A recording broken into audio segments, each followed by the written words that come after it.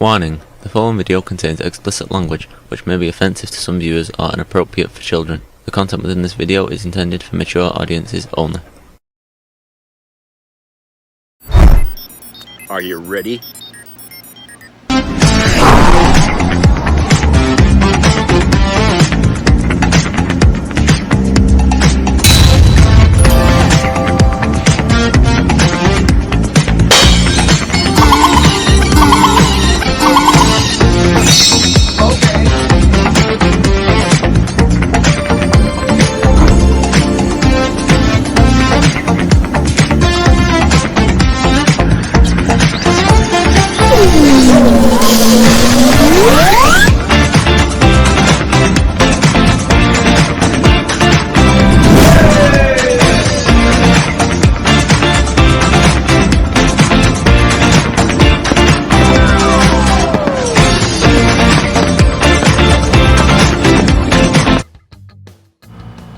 Hey everybody, it's Jeff.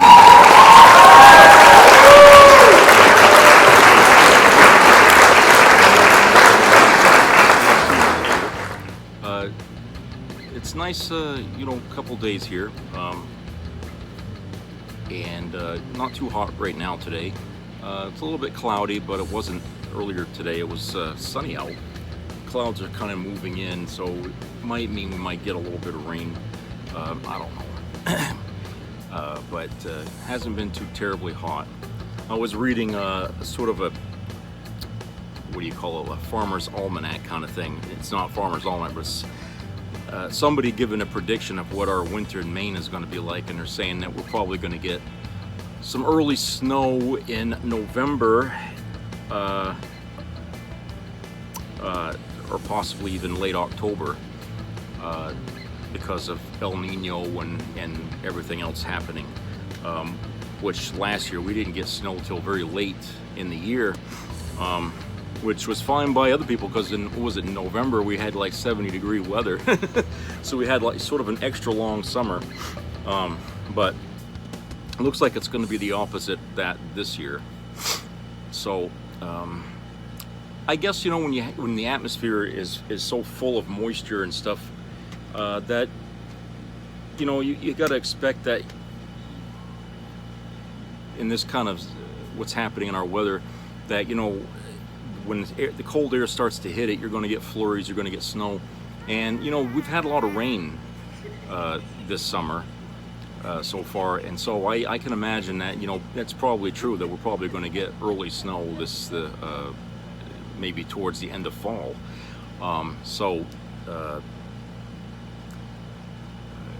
It's no surprise. I mean, I've seen snow in October. I've seen it, I've seen like a foot and a half of snow for Thanksgiving, which sometimes we don't really get snow, in November for Thanksgiving, but I have seen it where we did. So, it's possible we'll probably get that. And, I ain't too, pissed about it or anything like that. When you live in Maine, you kind of go with the flow, and after a while the snow doesn't really mean a whole much, except you just drive more careful, and you can make snow dicks in the there's a neighbor up the road here who built a giant penis in his front yard made out of snow. I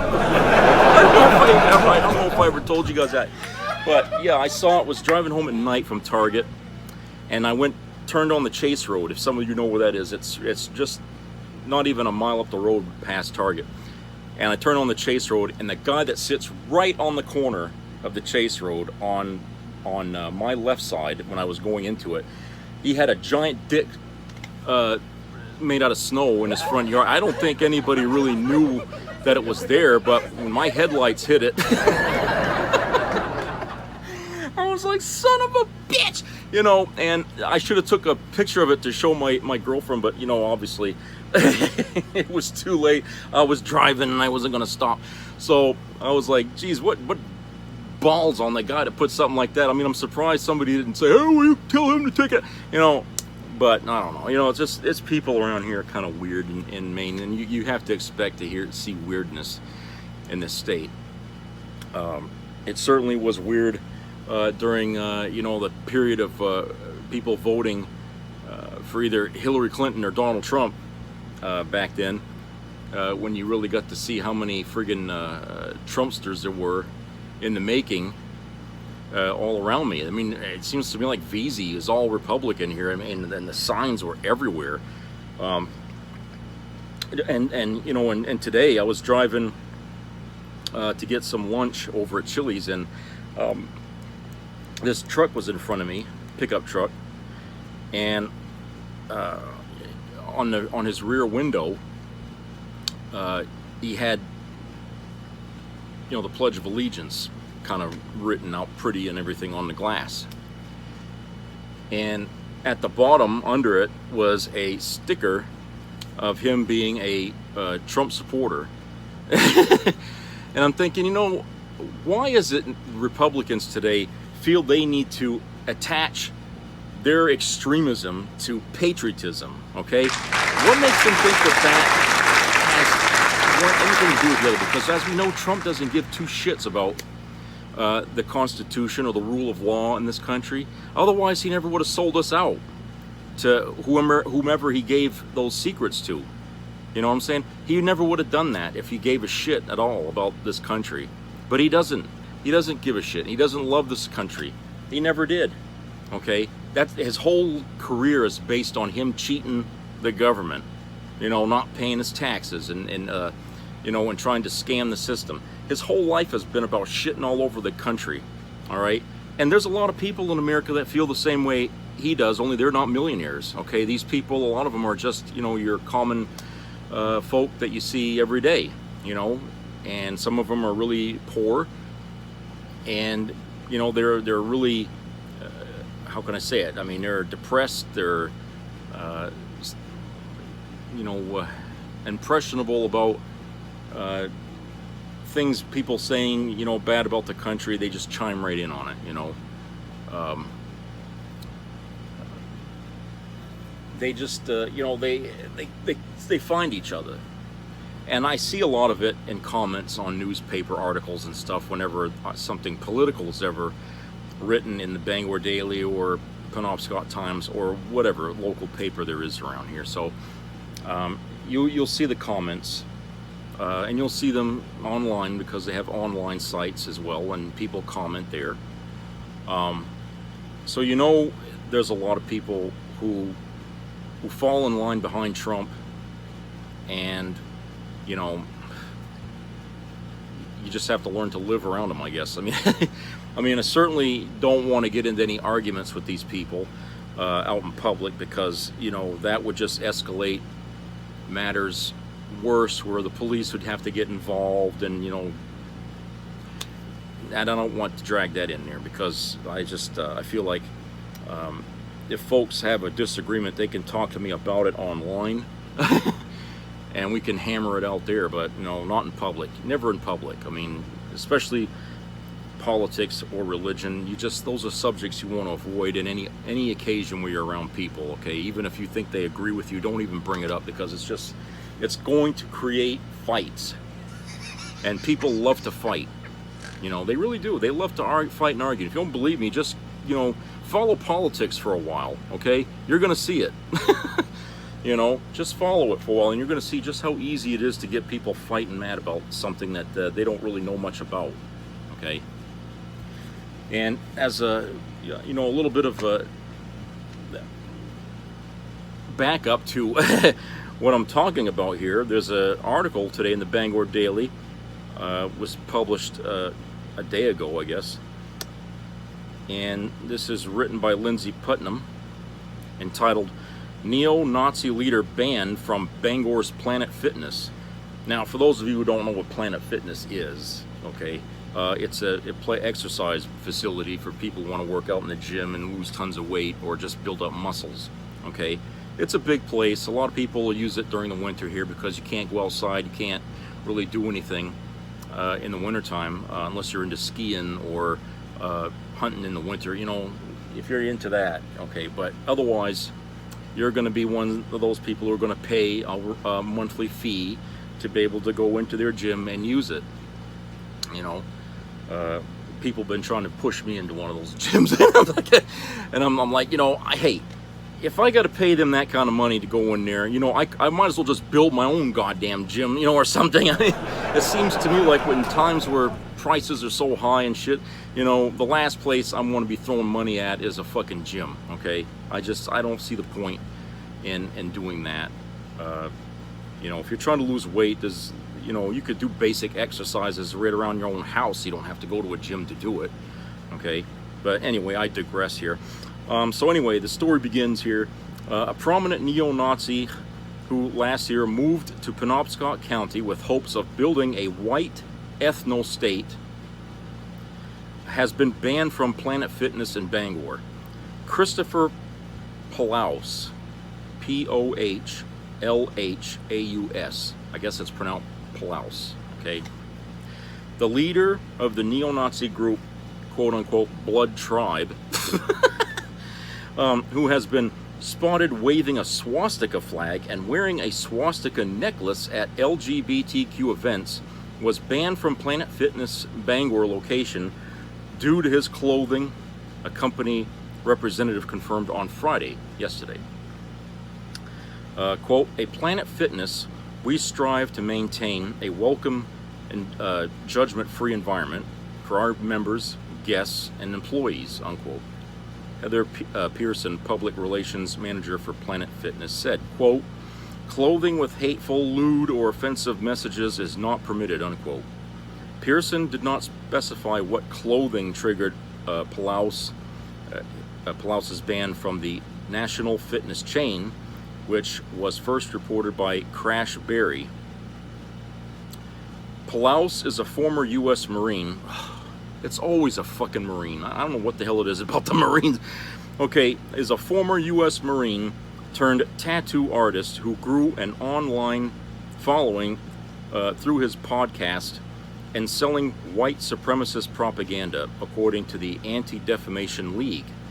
He purchased 10 acres in Springfield, located just over an hour north of Bangor, in March of 2022, last year, for $25,000. The Portland Press-Herald reported earlier this month.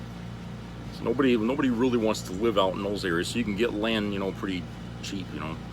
The move came nearly a year after he was first reported to be sharing his desire to move to Maine to establish an all-white ethno-state on the far-right social media platform Telegram.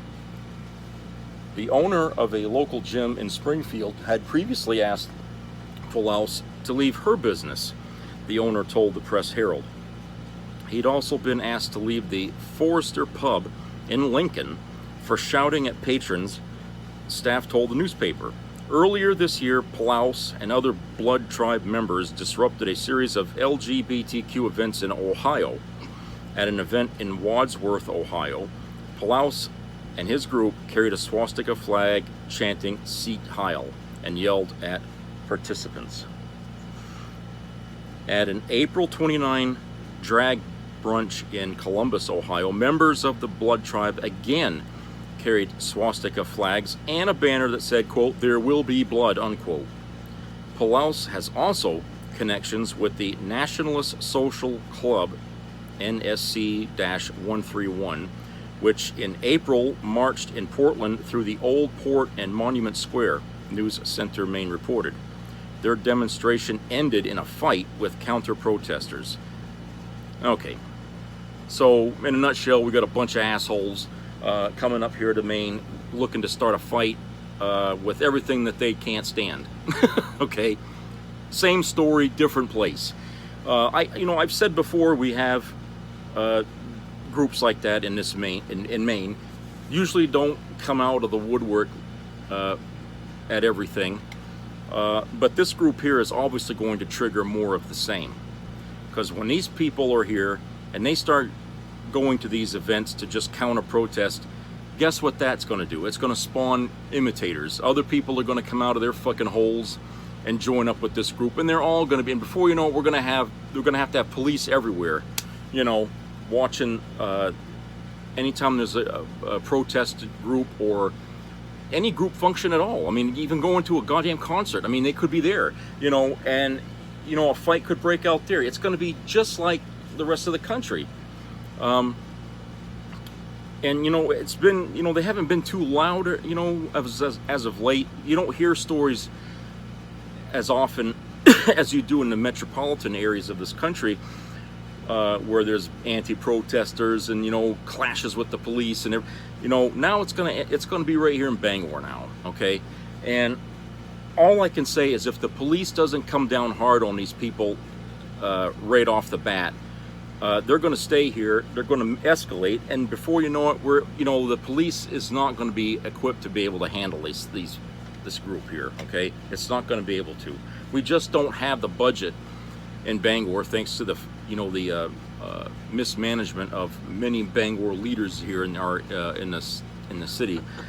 We don't have the budget to be able to hire tons of fucking cops to hold back the line, as it were, so that people can exercise their freedom of speech without being interfered by other people who are using freedom of speech as a bludgeon to go and smack everybody around. Okay, we don't need that. Okay, but that's what these people are only good for. Okay, they want to usurp everybody else's moment to try to make a statement. Whether it's about higher wages or something like that. They want to go and take over events like that so they can get their face in the fucking newspaper. They're looking for attention. That's all they want, is attention. So that way, if somebody comes up to them with a microphone and asks them, why are you here? Okay, we really need to know that. We already know. But they're going to go out there and they're going to start spewing their filth. Like listening to some of these wrestlers here in the WWE, whenever they got a microphone put in their face. Okay, it's like that. They're looking for attention, because attention gets them more attention, and before you know it, it brings in members. And that's what they do, is they take over the fucking scene, so that way they can grab more people into their fold, as it were, And these same silly motherfuckers will go to church on Sunday. You see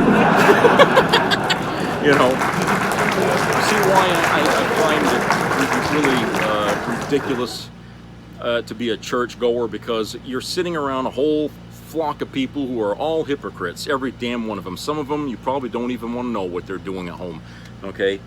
But the fact is they're there. I don't feel comfortable there and having people around me pretend that they're so lovable and everything. Anyway, here's the other part of the story, the comments. Here's the comments of people in the state of Maine. Here's one here from somebody called Panther 75171. And he or she said, so we have a radical leftist, not good. But his rights of free speech are protected under the Constitution. We may not agree with him, but they are nonetheless protected. Leftist? A radical leftist. What gives these fucking people any idea that people on the far left are fucking Nazis? I don't get that. There's, again, you have to wonder about people's perception of where they're coming from when they see something like this and how they label it. From where I'm standing, that's far right-wing bullshit. That's like maggots. The MAGA base here, the Trumpsters. That's where you're going to find groups like that. Okay? Those are the people probably inhabit that party the most, the Trumpsters. Is a bunch of goddamn Nazi wannabes and fascists, essentially, because they don't like America. They don't like the way things are done in America. They seem to think they know better than the people who founded this country on how a country ought to be run. Given the chance, any one of them would quickly turn this nation upside down and not have a fucking plan as to how to make it work properly. So you have to wonder the intelligence of some of these people when they say that, oh, we hate America. If you hate America, then how would you run it? Show us a better way to run this country. They never have an answer for that. And if they do give you an answer, it's probably going to be something that'll make you puke when you hear what they got to say. You be careful, kitty. All right. Here's another response here from somebody named Sharky. What's the difference? General Mills, and they're talking about our Governor Mills. General Mills signs into law to kill babies and allow children to be reared by twisted economic instructors versus parent. Not very coherent, but obviously he's talking about our governor protecting women's right to have an abortion, and this person obviously has a problem with that. I don't see how neo-Nazis have said anything about that. You know, their whole point of being is fucking racist agenda. Okay, I don't hear these people out there bitching about women having abortions. I mean, have you ever heard any talk like that from Ku Klux Klan or these pro-Nazi groups ever go around on saying people that women shouldn't have abortions? I don't know. Okay, here's another one here. Shirley Regan, have their name on there, or maybe it's a fake name, I don't know. The way they spelt that doesn't look right. Big difference. Hate groups try to intimidate and get followers with anger issues to support them. That's true.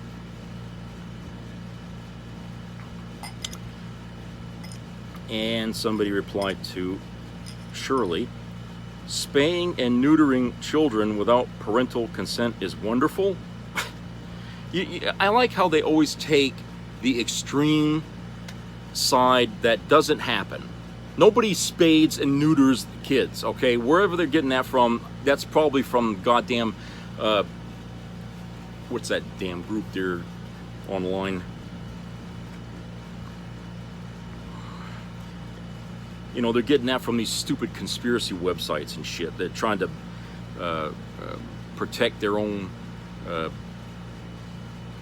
their position by making the position sound like they're protecting something that's so egregious that even, it would never be allowed even in a Middle Eastern country or something, okay? Nobody's doing this stuff, but this person here is saying, oh, spaying and neutering children without parental consent is wonderful, I figure, well, where do you think you live anyway? Where the hell do you think you live where you see this happening? You don't see that going on. And then somebody wrote here,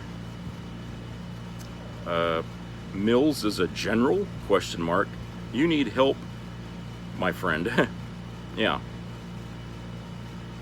The people in Maine ought to be kissing her ass because she's done a damn good job, as far as I'm concerned, keeping this state together during the pandemic.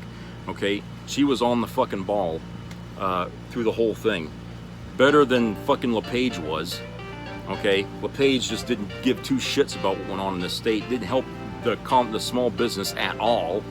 Okay, and he had the balls to come back and try to run for governor again, and I knew he was going to lose, and he did. He lost worse than he did the last time. So he shamefully went back to his hole wherever the hell he went. Don't see him anymore now, Bryce. Bo Bither, what happened to judgment-free zone? This goes against all the rules. What's the world coming to? And he puts laugh out loud. Good job, Planet Fitness. And somebody here, American writes, no Trump, no KKK, no fascist USA. And then somebody writes back, Chris says, shut up, call me. Oh yeah, so when somebody hates a person who offers fascism and racism, that person is called a communist. This is how you can tell when people are ignorant, because they have no idea of what that word really means. Because if they grew up in a country that was communist, they would know how idiotic they sound when they use that word as a swear word to somebody or whatever you want to say. They don't know what the hell they're talking about. Commie doesn't mean anything like that. In fact, it's Trump that's more of a communist than anybody else, because in his mind, his word is law. He is the king. If he's the president, then nothing he does is illegal. Sound familiar? Richard Nixon. So anyway, let's go to a commercial break and we'll be right back.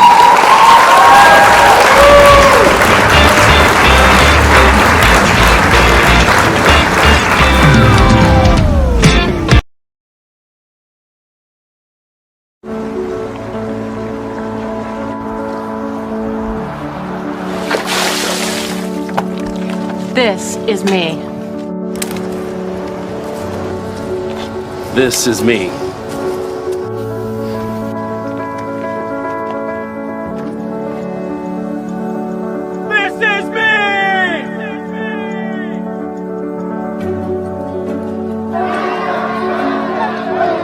This is me.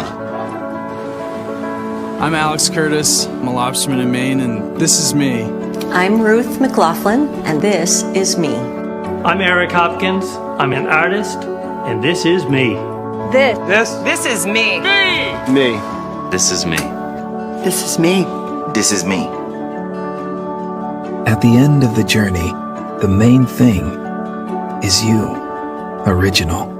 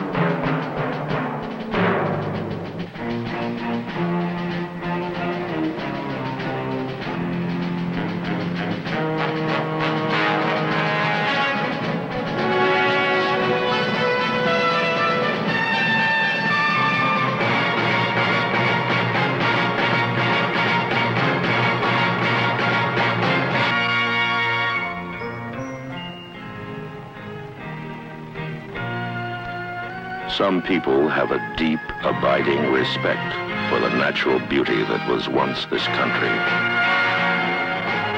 And some people don't. People start pollution.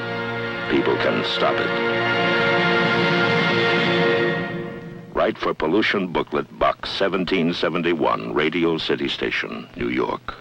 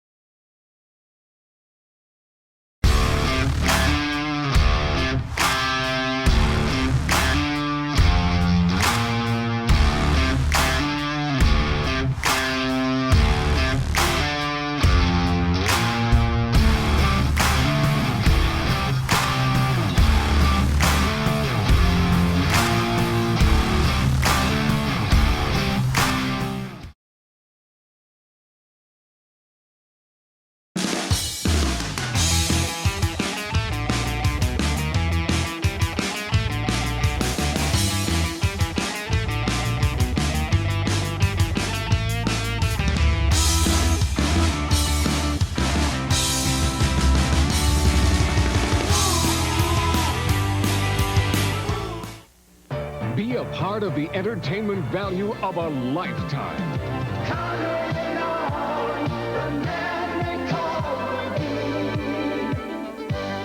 I loved it.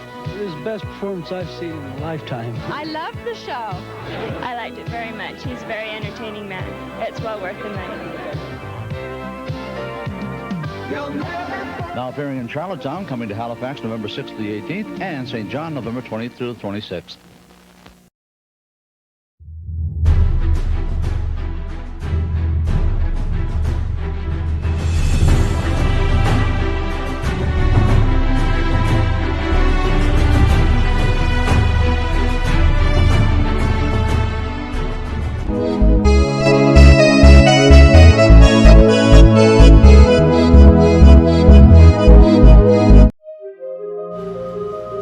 Okay, everybody, welcome back. So,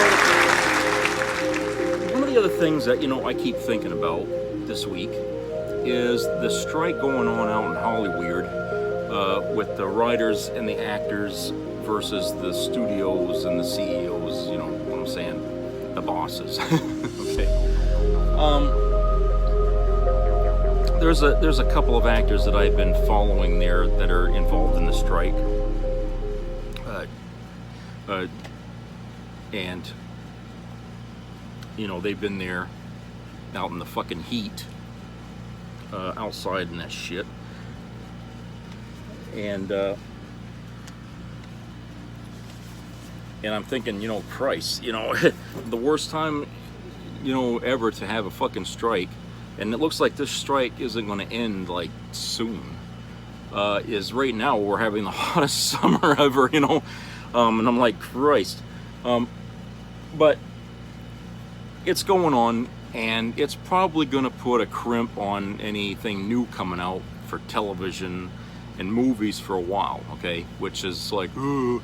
But then again, movies and television really hasn't been much to watch these days. I don't know about you all, but I haven't seen a fucking thing on there that would be like something to break your neck over watching, okay? So there's a lot there that needs to be changed as far as I'm concerned in order for these people to have value in what they're arguing and fighting about. But all of that aside, okay, you have the issue of AI, which I had to read up on this week to understand what they really mean by AI, okay? Because I think what it is when you say the letters AI connected to technology, people immediately think of the Terminator, okay, Skynet, and all this shit.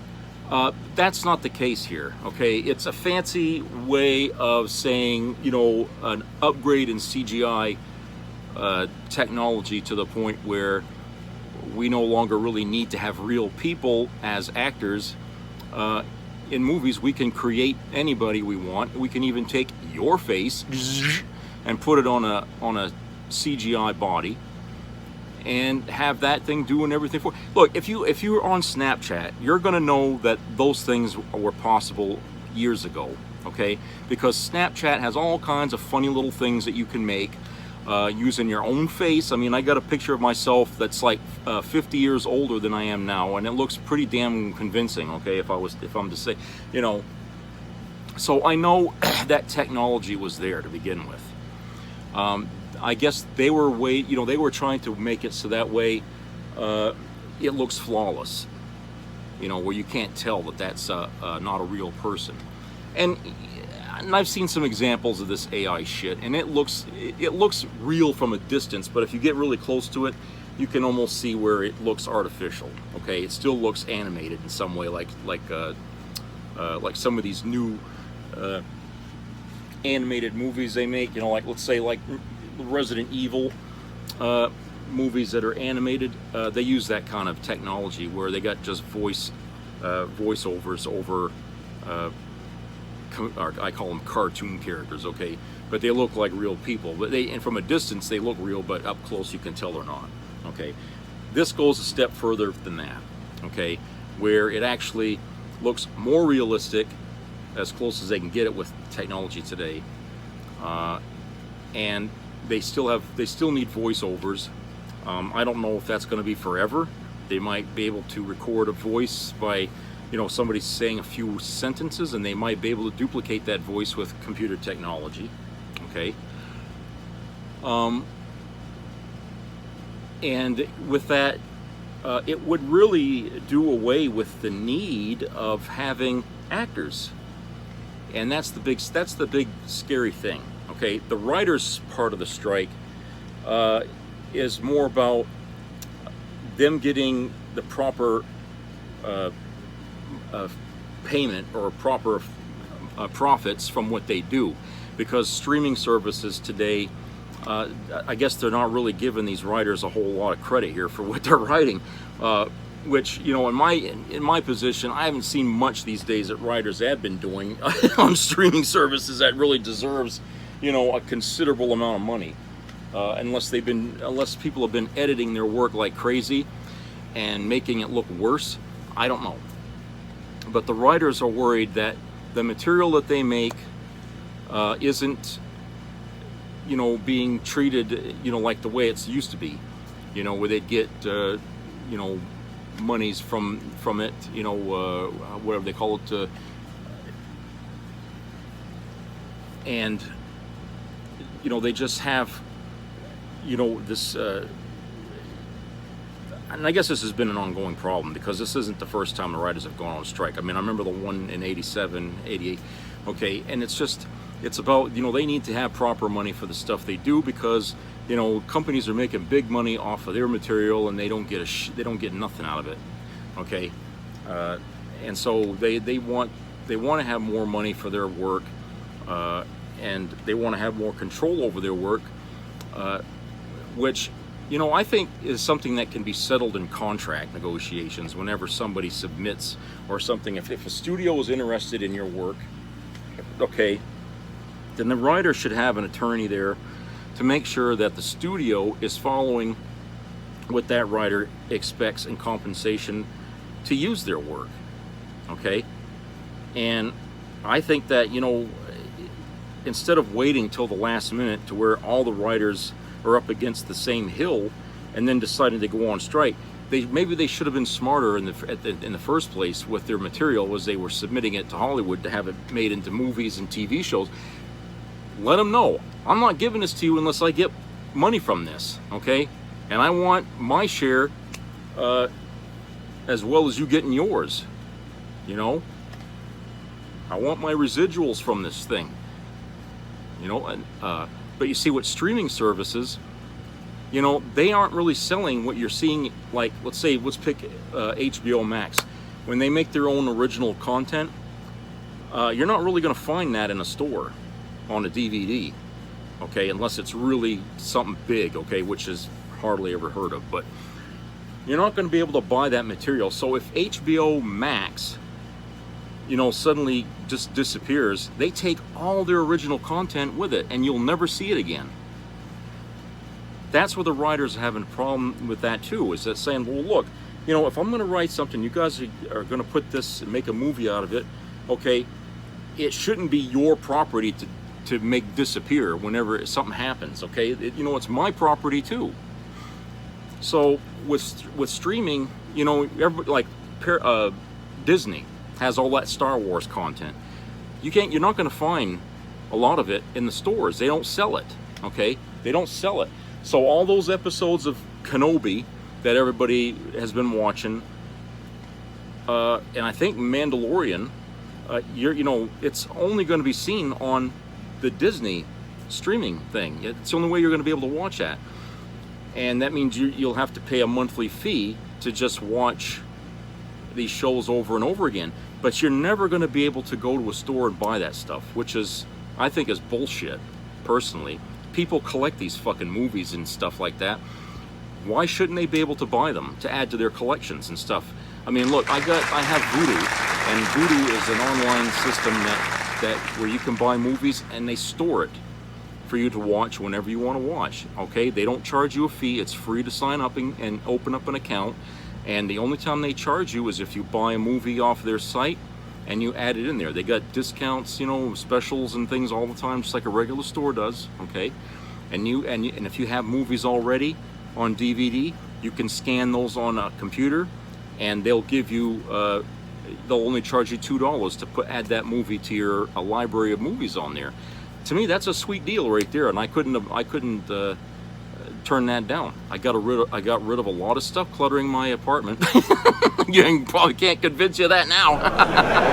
But yeah, I mean, I had thousands of goddamn movies on VHS and on DVD, and in 2.5 years' time, I eliminated that. And everything now is all on Vudu now, so I can watch these things whenever and wherever I am, okay, as long as I have internet connection. Now, some people say, well, that's stupid, because what happens if you... Well, look, what happens if you lose the power? You can't play your DVDs anyway, right? But, you know, if my place burns down, at least that's something I'm not going to lose. It's stored in what they call the cloud, okay? It's in the cloud. And as long as that's still there, you know, my stuff will still be there, okay? My only issue is who's going to get my big library when I kick the bucket, you know? So I'm going to have to pass on, you know, my account and everything, and you know, and transfer it onto somebody else, and, you know, so that way my library doesn't get, you know, erased or something. I don't know what happens if you die. What happens to that account? I mean, unless you tell them that this person's dead, it's going to stay there. So I would rather somebody use it and enjoy it and keep adding to it, you know. So, but that's another issue. But let me go back to the issue of the actors here. Okay, the actors are worried about them not being able to have a feeling of security that their jobs won't be taken over by animation from, you know, what they call AI. Okay.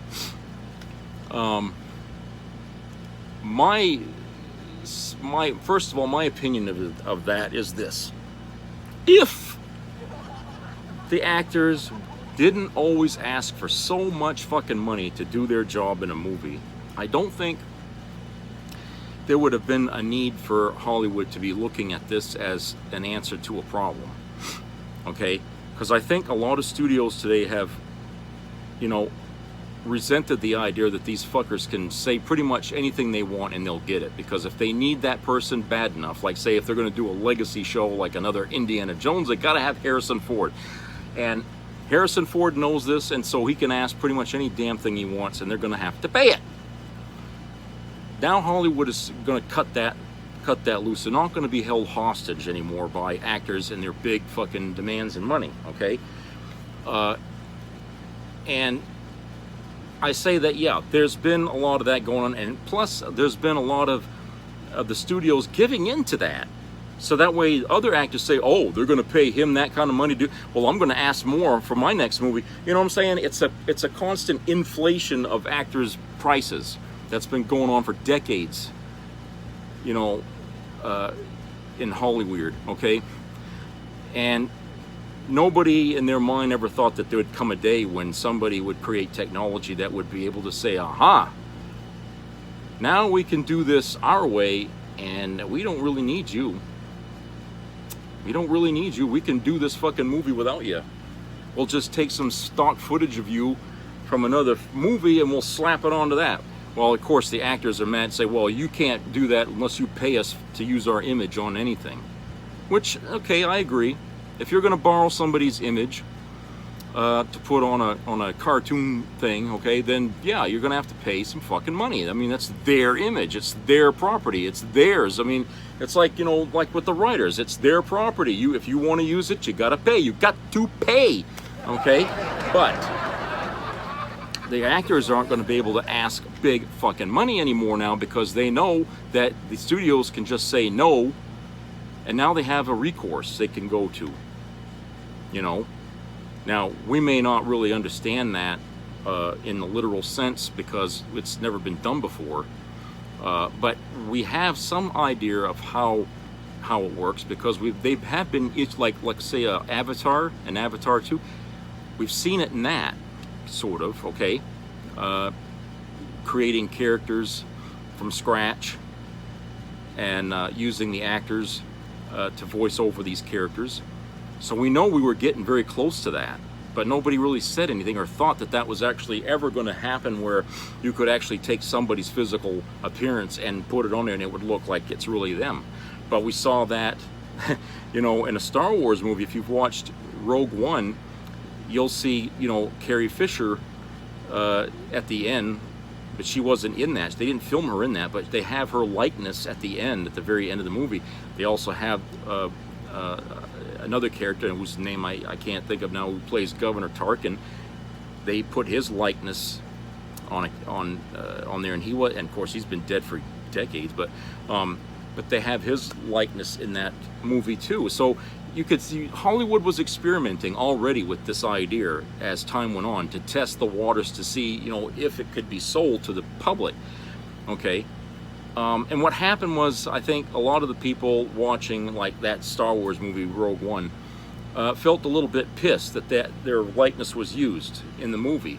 I, for one, thought it was great. I said, hey, Christ, you know, if the people's families get money compensated for having, you know, some in that movie, then, you know, hey, that's fine with me.